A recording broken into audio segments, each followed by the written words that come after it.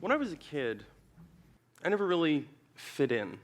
I've always been a loner that floated between groups, and I was never in the loop socially. I've always stood out, though, especially when I was younger.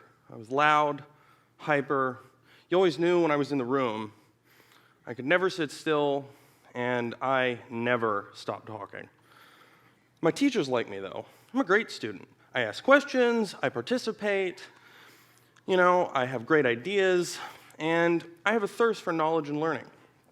I've always been outgoing, I'm still just as loud, ask any of my friends.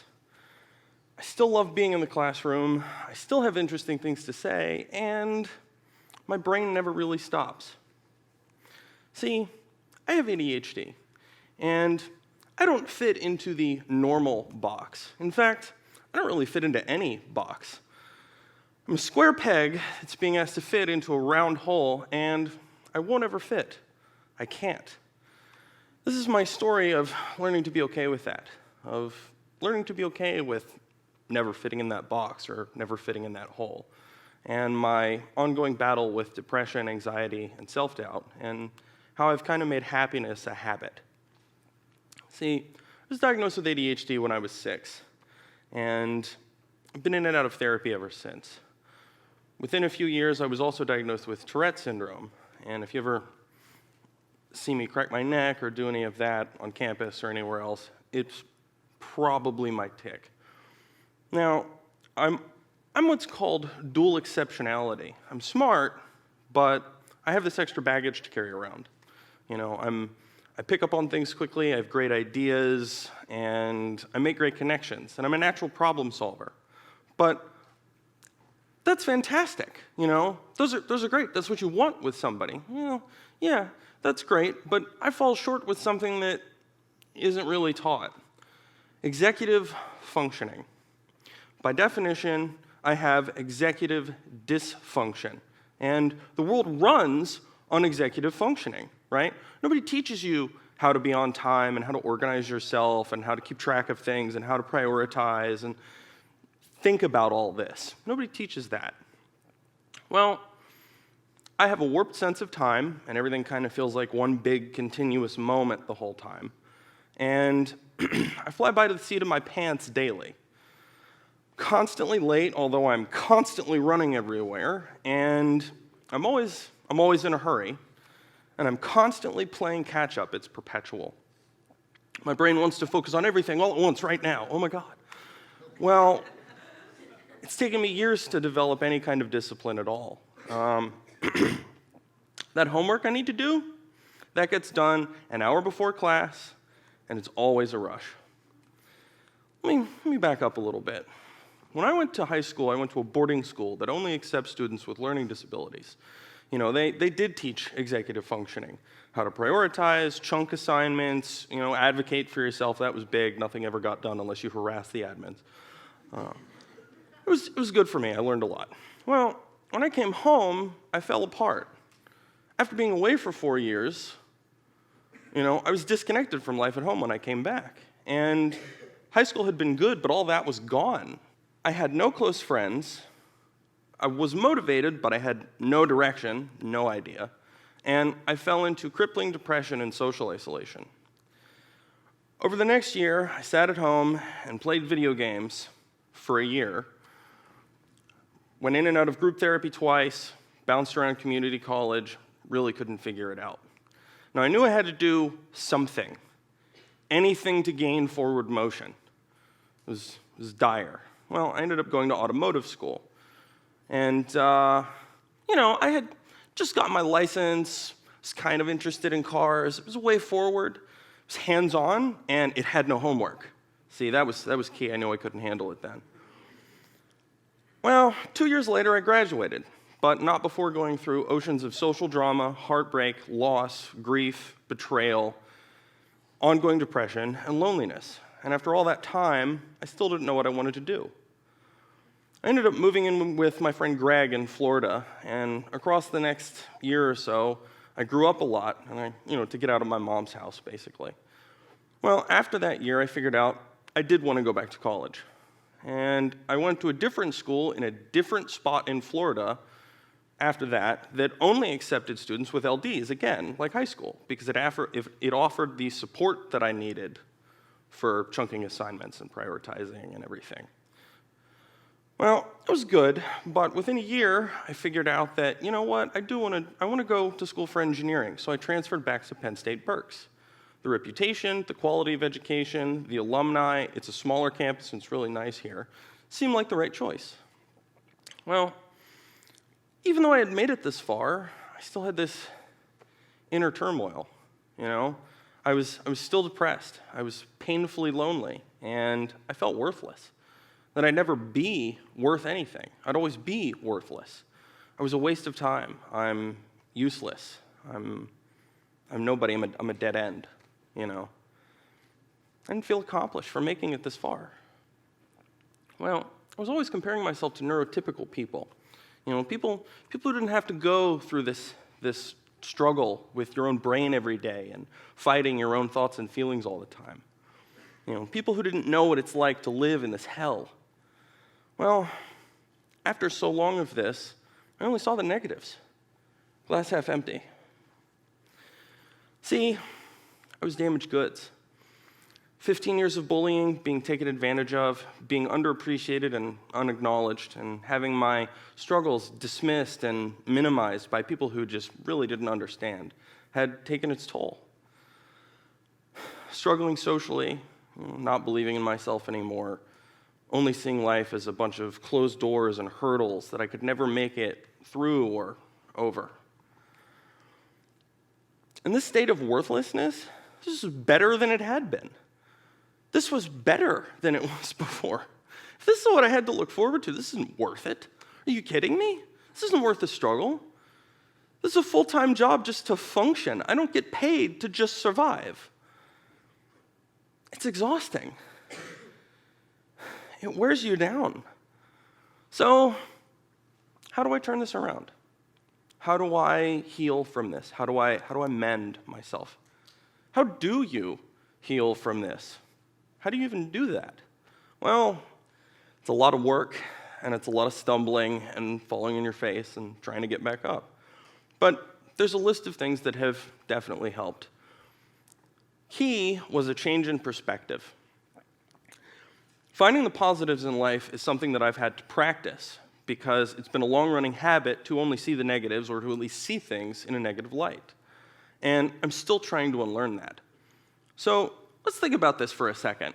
I didn't just graduate from high school. I wasn't just handed my diploma and like, oh, see you later. No, I earned that.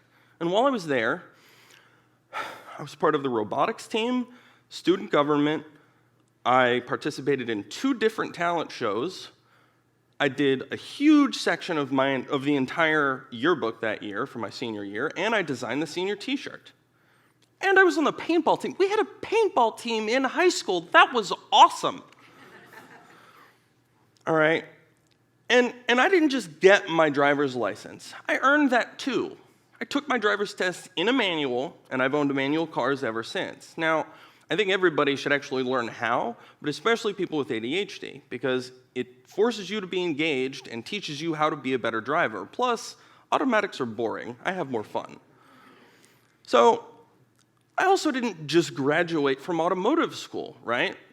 I earned a trade certificate in automotive repair and high-performance engine building, and I gained my lifelong passion for cars in the process, much to the regret of my bank account. Now, I also haven't just existed with ADHD and depression and just gone on my merry way and just floated along. I've had the strength to survive and thrive because of it, or in spite of it, actually.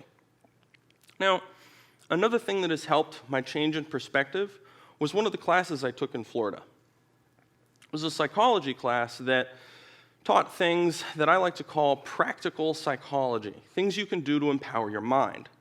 One of the things we did was a thankfulness journal. At the end of every week, we would write down 3 things we enjoyed that week, 3 things we were thankful for, and 3 random acts of kindness we did for others. This semester-long activity forced me to see positives and was definitely a turning point for myself. Since then, I've been able to see and do more things that have helped me pull myself out of this hole. Like realizing that I've had parents who have fought for me literally every step of the way, and I wouldn't be here without them. Having someone in your corner to fight for you, just one person, makes all the difference in the world. Mom, Dad, thank you. I love you. Now, I've also slowly worked my diet and eating habits to be far healthier, and I go for walks or runs at least 3 times a week, minimum. Especially if I'm feeling down. I gotta get out, I gotta get moving. Now, I've also become pickier about my social life, and cutting out toxic people has helped immensely. Social media can also be toxic, so I've really tried to limit that as well. As it turns out, constant exposure to negative thoughts and ideas online, not so good for you. So I make it a point to get out more, and no more self-isolation. I force myself to go out and meet new people and try new things, go to social events. I also push myself to stay productive. Doing at least one chore or to-do list item every day helps keep momentum going, because you've got to keep it going. And not being behind on my homework and staying on top of that, let me tell you, that's relieving. Oh my God. To help with all these skills and habits, I have an ADHD coach. Yes, they're a thing, and Sarah's the reason I use my daily planner. I would be lost without it. Nothing would get done. She's also had me do another thankfulness journal for a while now. This one is just 3 things you're thankful for that you write in a little journal before you go to bed. And I mean, recently, I've kind of been forgetting to do it, but again, that's why she's my coach. I do take meds, but they're very minimal, and they're not a fix-all. They don't teach skills, and they really only take the edge off. I'm a volunteer with the Student Veterans Association on campus, and I try to get involved and be a part of something. I've also recently changed my major to communications, arts, and sciences because I figured out that engineering just wasn't for me. Finding your path makes a huge difference. One of the most influential things I've done, however, is on top of limiting my exposure to negativity, is increasing my exposure to positivity, like watching motivational videos or talks or something like that. TEDx speakers, interviews with actors, Steve Jobs' 2005 Stanford commencement speech, Randy Pausch's The Last Lecture, Baz Luhrmann's Wear Sunscreen, and Will Smith's interview on fear and skydiving are just a few. There are countless things you can find online in books, YouTube, music, whatever, and watching those has really helped me pull myself out. It's also helped me be more mature and grow as a person. I've also made it a habit to correct my negative voices and negative feelings, to change my mental state, to repeat positive mantras to myself, and to try and shift my default from negative to slightly more neutral and then to more positive as I'm going. It really helps to catch that in the moment. Oh, I'm down, I'm worthless, I'm whatever, and it's like, no, you're not, and I kind of argue with myself about it sometimes. Now, all this adds up, and I realized something. I needed to earn my self-respect and my self-worth. It takes putting in the extra work, going the extra mile, taking the extra step, one task at a time, one day at a time, one step at a time. It isn't fair, it does suck sometimes, and no, it's not going to be fixed in a day, or a week, or even a year. But over time, I've been able to counterbalance this huge amount of negativity with more positives, and it's the only way I've figured out how to chisel away at the depression, anxiety, and self-doubt. I have to prove to myself that I'm this productive, capable, caring, talented person that my teachers and parents have always told me I am, that I am worth it, that I am somebody, that I can do this. And for the first time in a long time, I feel like maybe I can. I mean, look at me. I'm giving a TEDx presentation. Me, right? That's got to be worth something. So I'm not so lonely anymore, and I am somebody. I've always been loved, and I am useful. I'm just getting started. Glass half full. And no, it's not just fixed. You can't just make that go away. There are still days where I see everything is negative and it all feels impossible. But the more I work at it, the less of those days I have. I want this to be a message to everyone out there who's struggled like I have and who's been in that dark pit or is in that dark pit. You are not alone. You are capable. You are loved. You can do this. I believe in myself, and I believe in you. I'm Neil Rawlings, and this is my story. Thank you.